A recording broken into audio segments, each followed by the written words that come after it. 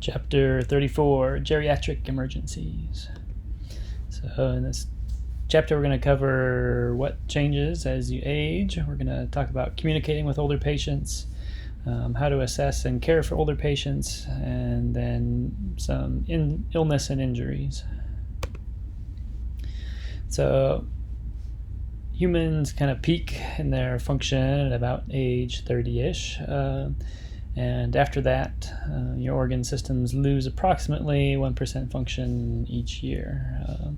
So the maximum heart rate that you can exert when doing exercise declines,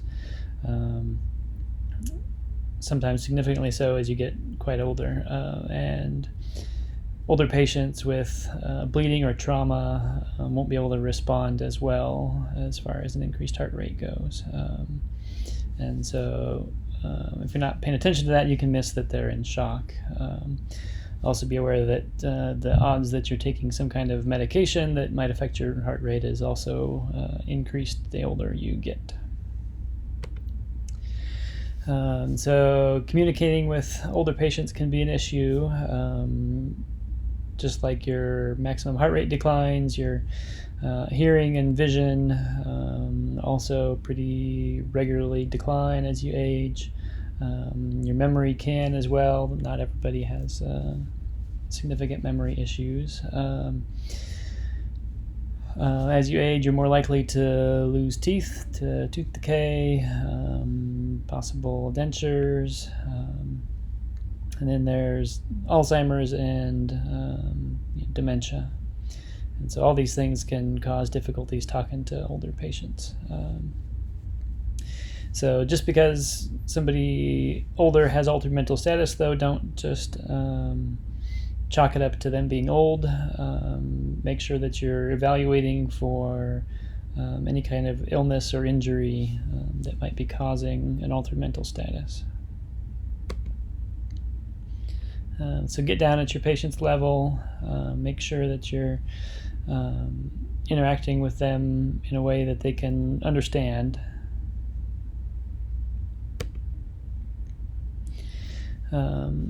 So when we think of our older patients, we think of nursing homes perhaps, but actually more than 75% of people aged greater than 75 live outside of nursing homes. So we go to more of these calls at other places, in homes, people living at home. So look at your scene and figure out, kind of from the scene what might be going on with your patient too. So is the residence cleaned up?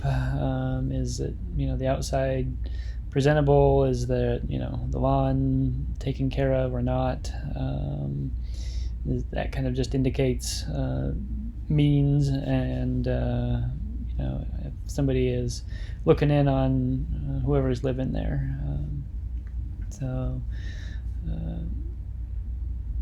This kind of stuff can just give you a clue as to how well the patient is taking care of themselves, or somebody else is taking care of your potential patient there.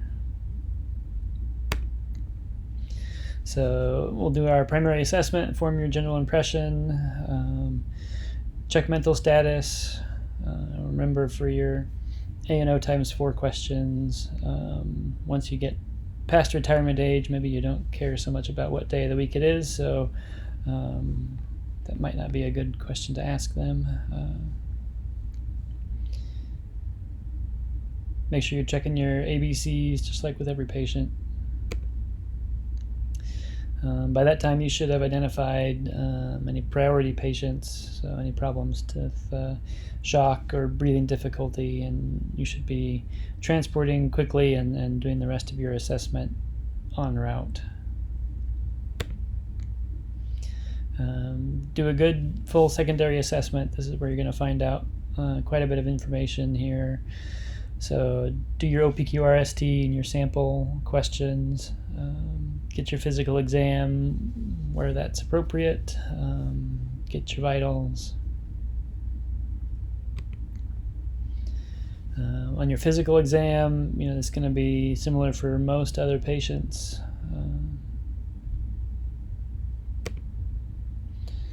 So with head and neck, remember, as patients age, a common issue, especially in women, is osteoporosis, and so they can get fractures a little easier than other folks. This is a varicella infection here. Yeah, make sure you're looking at patient's chest and abdomen. With that osteoporosis, you're more likely to see hip fractures, proximal femur fractures. Call both of those hip fractures. You can't tell the difference in the field. Those can be really painful, and just because it's a common injury doesn't mean it's not an emergency.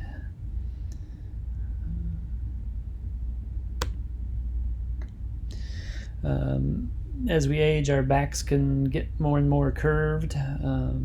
Our spinal mobilization devices are not so curved. So realize that forcing somebody onto one of those backboards is probably not going to be the best thing for them. The better option is probably going to be the vacuum mattress, the full-size vacuum mattress, which you can conform to however their spine is.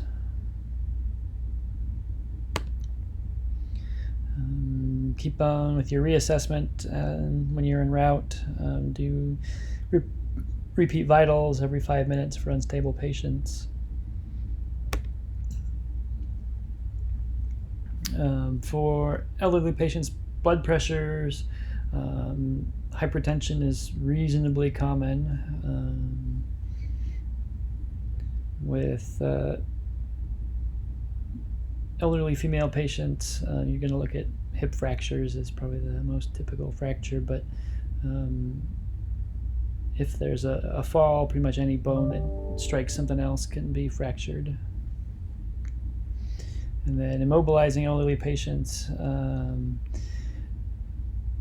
just remember they're going to have sometimes a difficult time telling you where exactly pain is, and yeah.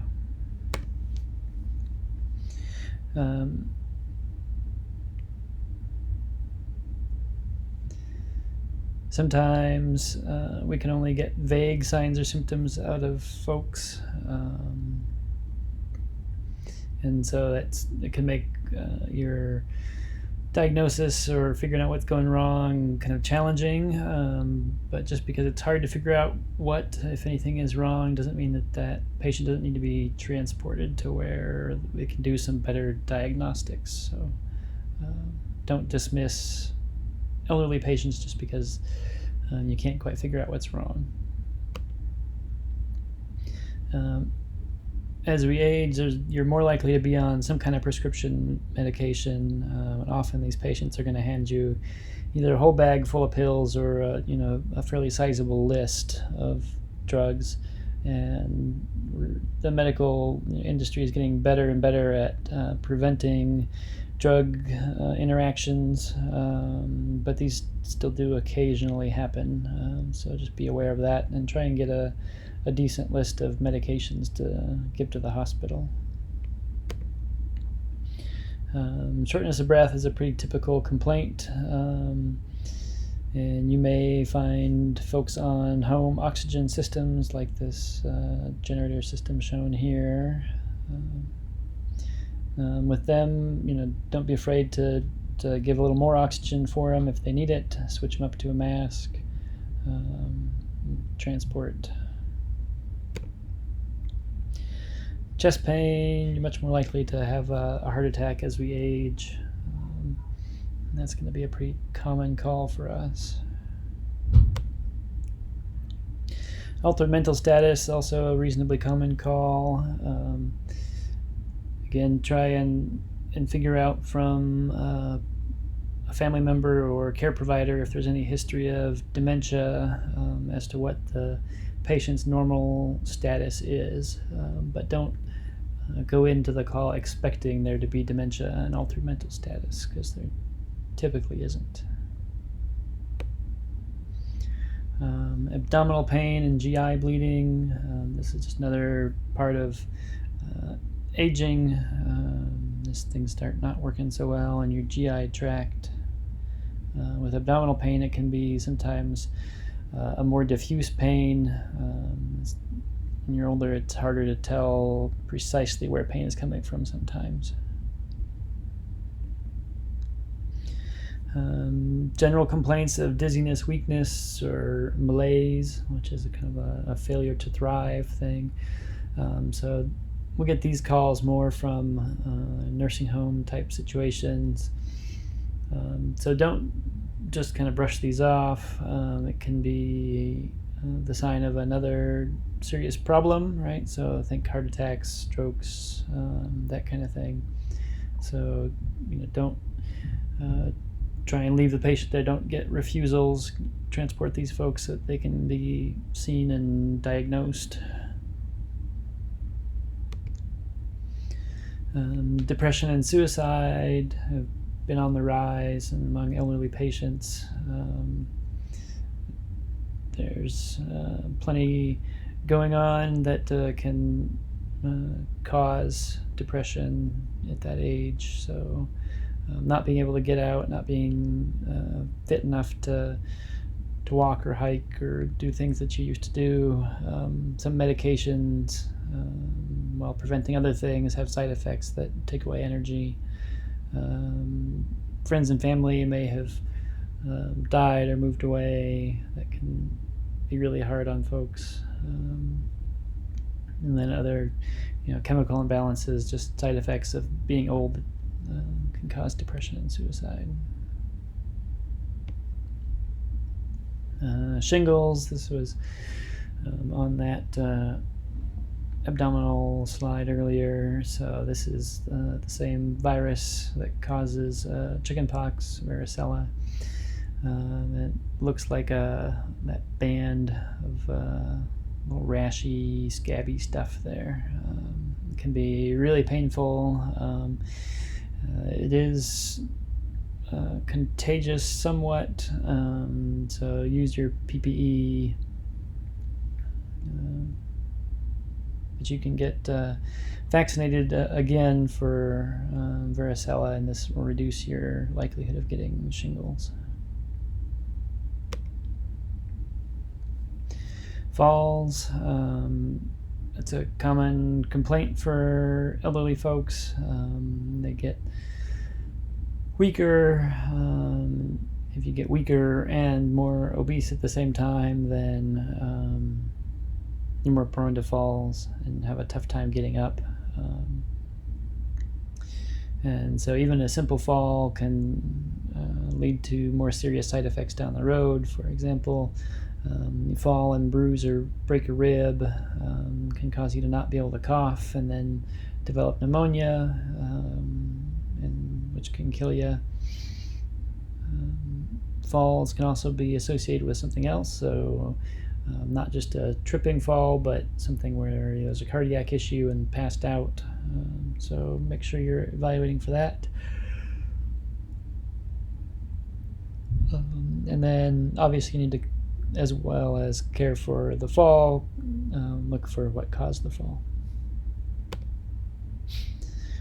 Anytime a population or an individual is subject to care from another person or dependent on that care, there's the potential for abuse, and in elders they're not the exception. So be aware of signs of that.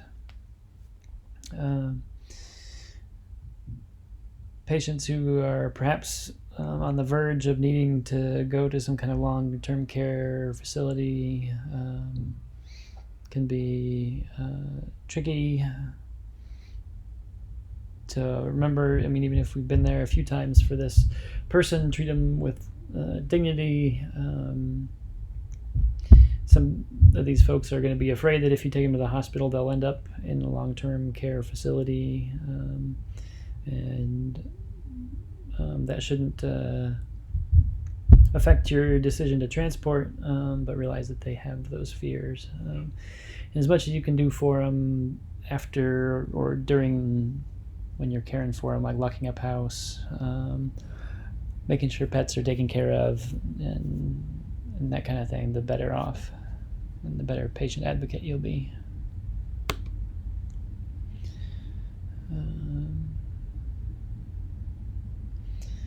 Just real quick, talk about a side effect of NSAID. So that's a non-steroidal anti-inflammatory.